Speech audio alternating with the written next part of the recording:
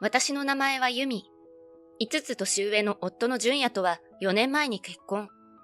義父は結婚前に亡くなっていたが、義母は結婚の挨拶に行った時から私のことをとても可愛がってくれた。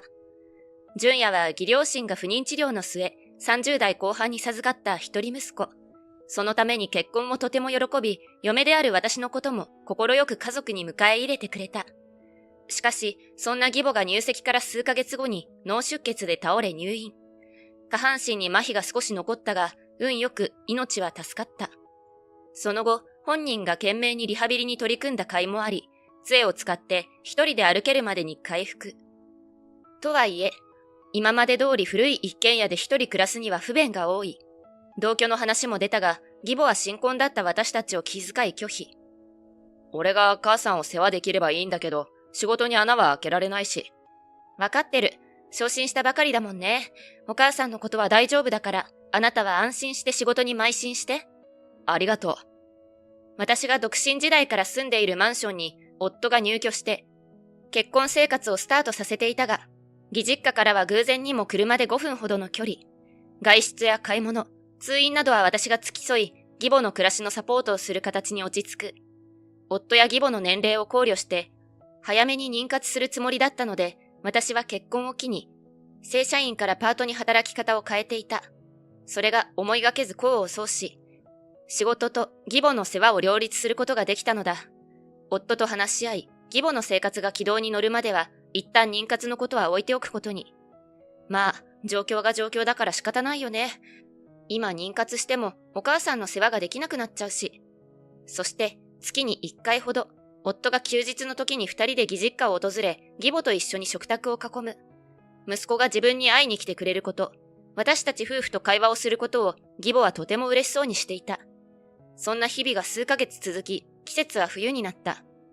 寒さが厳しくなっていくと、後遺症の残る義母の足は2倍ほどにむくみ、足先が冷えて霜焼けに。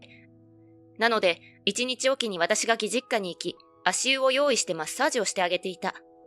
いつもありがとうね。いいえ、素人のマッサージで申し訳ないです。ユミちゃんのおかげでとても楽になるよ。お金を払わないといけないほどよ。大げさですよ。でも喜んでもらえて嬉しいです。世話を終え、義実家を後にして外に出ると、辺りは真っ暗。急ぎ足で夫婦の家に帰ると、珍しく夫が先に帰宅していた。おかえり。今日は残業なかったのね。お母さんの足マッサージしてたら遅くなっちゃった。ごめんね。そっか、ありがとう。そう言って部屋を見渡した夫が、怪訝な顔をしているのに気づく。あ、ごめんね。洗濯物を取り込んだんだけど、畳む暇がなくて。ご飯今から急いで準備するね。いつもならば義母の家から戻り、夫が帰るまでに何とか部屋の中を整理していた。てっきり今日も残業で遅くなると思っていたので、部屋には洗濯物が散乱し、シンクには食器が溜まっている。帰る前に外で軽く食べてきたし、晩ご飯はいいよ。明日も早いから、もう風呂入って寝るわ。うん、わかった。おやすみ。夫の仕事が忙しいことは理解していたので、余計な心配をかけまいと、家事も義母の世話も一人でやり遂げようとしていた。純也も毎日家族のために一生懸命働いてくれてる。私がお母さんのために頑張っているのもきっとわかってくれてるよね。しかし、口下手な私の性格も相まって、気づかないうちに夫との間には心の距離ができ始めていたのかもしれない。そんな中、義母が一人の時にトイレに行こうとして足がうまく動かず、バランスを崩し転倒。骨折は免れたが2日ほど寝たきりの状態になってしまった。そしてやっと回復してきたところで40度の高熱を出し、緊急入院。弱り目にたたり目の状況だが、どうやら霜焼けの傷口からの細菌感染が原因だという。入院期間中、私は洗濯物の交換のために片道1時間をかけて毎日病院に通った。幸い大事には至らず、10日ほどで退院許可は下りたが、長い療養期間のせいで自力での歩行が難しくなり、車椅子での生活を余儀なくされたのだ。義母も落ち込んでいる様子だったが、たちまちこれからの介護をどうするかが問題だ。私は仕事から帰宅した夫に病院での説明を伝え、今後について話し合った。仕方ない。実家で俺たちと同居するか。悪いけど、今まで通り母さんの世話をよろしくな。ちょっと待って。同居やお母さんのお世話をすることは構わない。むしろ通う時間が省けるし、家事も一度に済ませられる。でも、あなたの実家は到底バリアフリーとは言えないし、車椅子での生活は厳しいんじゃない？今更実家を改装するってのも現実的じゃないよな。母さんもあと何年持つかわからないし。ちょっと、そんな言い方。まあ明日母さんに電話して相談してみる。うん、よろしくね。お母さんだいぶ落ち込んでるから、くれぐれも優しく接してあげてね。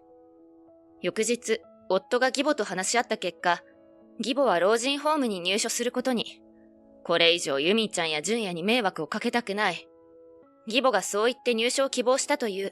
さらに、いつかこうなった時のためにと費用を貯めていたようだ。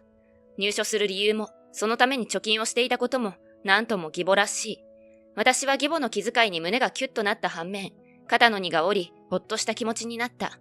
とはいえ、着替えの洗濯や消耗品の補充を持っていく、様子を見に行くなど、引き続き私がサポート役を担うことに。家から近い老人ホームをネットで調べて、いくつかの候補をリストアップ。義母と一緒に見学して、費用面、設備面やスタッフの雰囲気で本人が気に入ったところに申し込んだ。ちょうど空きがあり、運よくすんなり入所できることに。私は職場に事情を話してまとまった休みをもらい、手続きや荷物の整理などでバタバタと忙しく動いた。そしてなんとか無事に義母の入所を見届け、久しぶりに一息ついた日の夜のこと。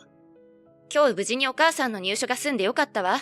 おう、ありがとう。結婚当初から母さんのことを任せっきりで申し訳ない。俺となんか結婚しなければよかったんじゃないか。俺は仕事ばかりでろくに手伝うこともできてないし。いいのよ。私お母さんのこと好きだし、一人息子であるあなたのもとに嫁いだんだから、早かれ遅かれお母さんの面倒を見ることは覚悟してたよ。まあ正直、こんなに早いとは思ってなかったけど。そうか、悪いな。結婚してからようやく1年が経とうとしていたが、私はそのほとんどの時間を義母と過ごした。新婚1年目にしては得意な話かもしれない。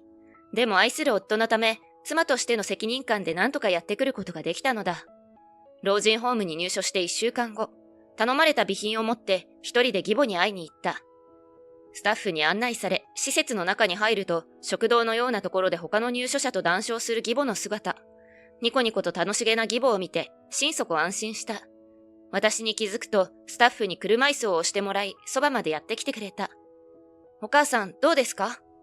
おかげさまで楽しくやってるよ。お友達もできたの。そうなんですね。よかったですね。それから週1回くらいの頻度で義母の元に訪れた。そのうち夫と義母が話し合い、空き家となった義実家は思い切って売却することに。義母の了承を得て委任状を書いてもらい、夫が代理として手続き。立地が良かったおかげですぐに買い手が見つかり、老人ホームの費用を心配することもなくなった。いろいろなことがうまくいき始め、この1年間頑張ってきたことが報われる思いがした。何より義母が老人ホームに入所したおかげで、私もかなり時間に余裕ができた。ようやく夫婦の時間が持てる。そう思っていたのだが、ある夜、夫が帰宅して晩ご飯を食べ終わったのを見計らって、こう切り出した。そろそろ妊活始めない？夫の表情が一瞬曇った。今じゃないかな。え？お母さんのことも落ち着いたし、結婚する前は早く子供作ろうねって言ってたじゃない。今は仕事が忙しいから無理かな。わかった。毎日お疲れ様。仕事が落ち着いたら教えてね。そう言うしかなかったが、合間に見せた夫の表情が心に引っかかった。それ以降、夫はさらに忙しくなり、月に1、2度出張で家を空けるように。義母の老人ホームへ行くことも最初は週に1回だったのが、次第に2週に1回、月1回と徐々に足が遠のいていった。その間も私は仕事と家事の合間を縫って、週1度欠かさずに義母の元を訪れていた。そんな生活が2年ほど続いたある日。私の家、庭の掃除はちゃんとしてくれてるの？え？お母さんと純也さんで話し合って、家はもう売りましたよ。純也？ああ、そうだったね。今息子の名前をど忘れした？お母さん、大丈夫かしら？気になった私はスタッフにこのことを伝えた。するとすぐに病院で検査することになり、その結果、脳の萎縮が認められ、認知症との診断が。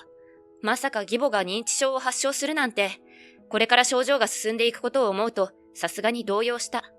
その晩、すぐに夫に報告。すると突然こんなことを言い出した。ユミ、俺と別れてくれ。え？なんで急にそんなことを言い出すの？今はお母さんの病気の話を。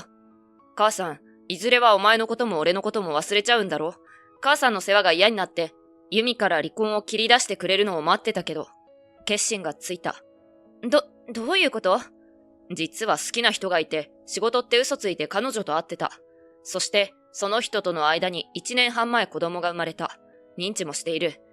仕事で忙しくしてたのは、お前との生活費以外に養育費を稼ぐためだったんだ。子供？浮気してて子供もいるって、嘘だよね。本当だ。とっくにお前への愛情は冷めていたけど、母さんの世話をしてくれて助かってたし、何より母さんがお前のことを気に入ってたから、なかなか本当のことを言い出せなかった。私のことは妻じゃなく、ただの都合のいいただ働きのヘルパーとしか見ていなかったってこと？お母さんの世話役をしつけて、自分は外で彼女とイチャイチャして、子供まで作ってたってこと？だんだんと夫の言っていることが理解できてきて、無意識に語気が強まる。ごめん。私は妊活先延ばしにして、子供のこと我慢してたのに、なんでよ。本当に申し訳ない。ただ謝罪の言葉を並べるだけの夫。その姿を見て、きっぱりと夫のことを見限った。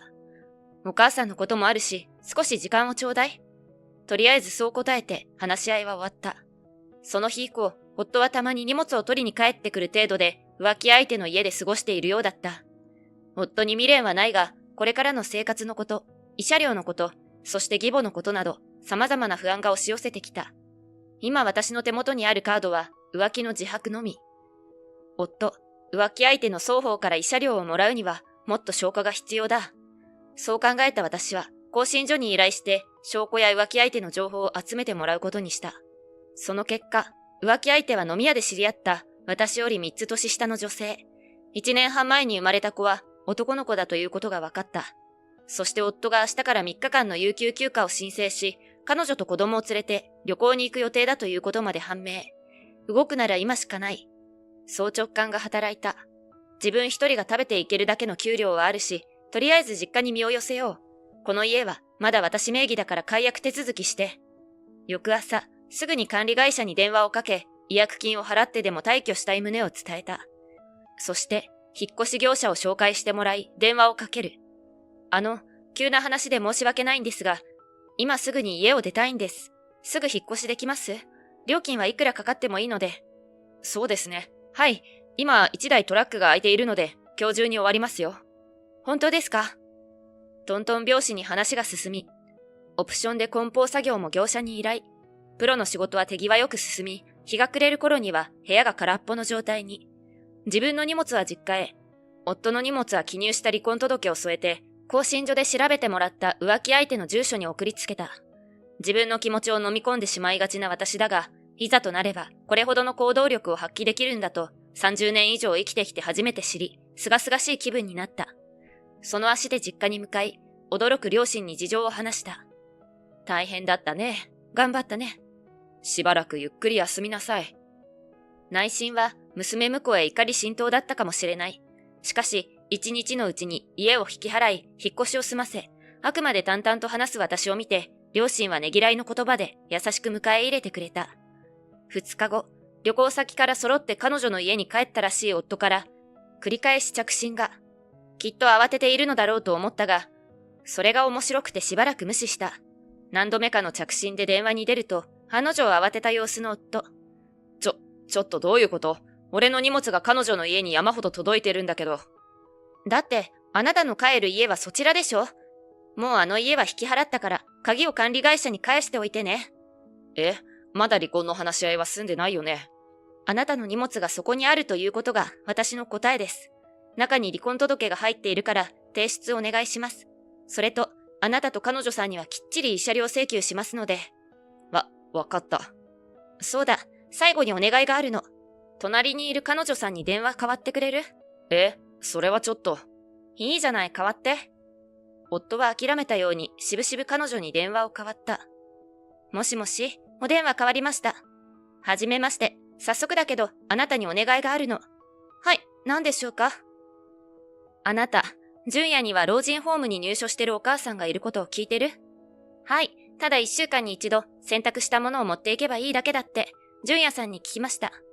そう、入所したのは2年前だけど、私が結婚した頃に倒れて、それから3年間ずっと私がお母さんの世話をしてきたの。マッサージしたり、通院や買い物に連れて行ったり、話し相手になったり。純也は仕事を理由に私一人に任せっきりだった。時には嘘ついて、あなたやお子さんと会ったりしてたんでしょうけど。そうだったんですね。純也さんからは、嫁は大した世話もしていないのに、母さんのことを理由に忙しいふりをして、家のことは手抜きばかりしてるって聞かされていました。そんなことだろうと思ったわ。お母さん、最近物忘れするようになって、この前認知症の診断を受けたの。これから大変だと思うけど、お母さんのお世話よろしくお願いします。純也があなたのことを手伝ってくれるかは私にはわからない。でも、家を空けがちな夫に代わって、私が家のことやお母さんの世話に走り回ってた間、あなたと会ってたってことは事実として知っておいて。はい。教えてくださってありがとうございました。後日、夫と浮気相手の実家に内容証明を送付。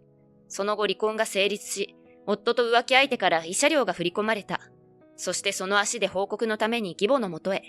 離婚のあれこれでバタバタしていたために、久しぶりの訪問。スタッフによると診断が下りてからの義母は、ぼーっとしていることが多くなり、症状が進行しているようだった。お母さん、私、純也さんと離婚することになりました。今までありがとうございました。そう言いながら涙が流れた。元夫から浮気を告げられた時でも泣かなかったが、義母を目の前にして、今まで張り詰めていた心の糸が緩んだのだ。ごめんなさいね。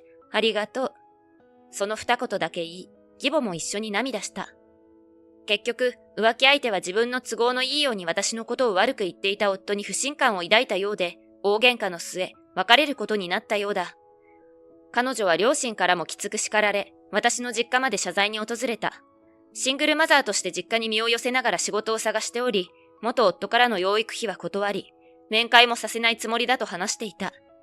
一人になった元夫は仕事の合間を縫って義母の元を訪れているようだが、認知症の症状が進んでいく義母を受け止められずに精神的に参っているようだ。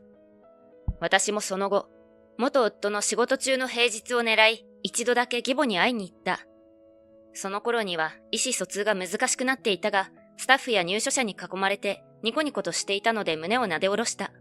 しかし半年後、弁護士を名乗る人から義母が亡くなったと連絡があり、遺産相続の話をされた。お母さん亡くなったんですね。